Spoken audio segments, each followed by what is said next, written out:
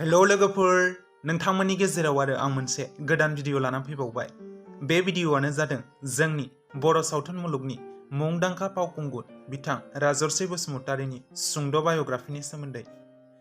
बिथाङा सावथुनाव फाव खालामनायजों लोगोसे डिरेक्टर, करिय'ग्राफार आरो प्रडिउसारबो।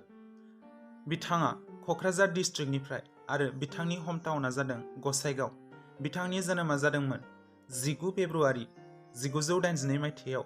अब्ला बिथांनि बैसोआ दा 39 बोसोर आरो बिथाङा दा जुलि जाबाय। सावगारियाव नोंथांमोनहा बिथांनि फेमिलिखौ नुनो मोन्दों आरो सावगारियाव नुनाय बायदिब्ला बिथांहा दा सासे फिसाजो आरो सासे फिसाज्ला दङ आरो मिथिनो मोननाय बायदिब्ला बिथाङा बर' सावथुनाव फाव खालामनायजों लोगोसे हेल्थ डिपार्टमेन्टआव जबबो मावो।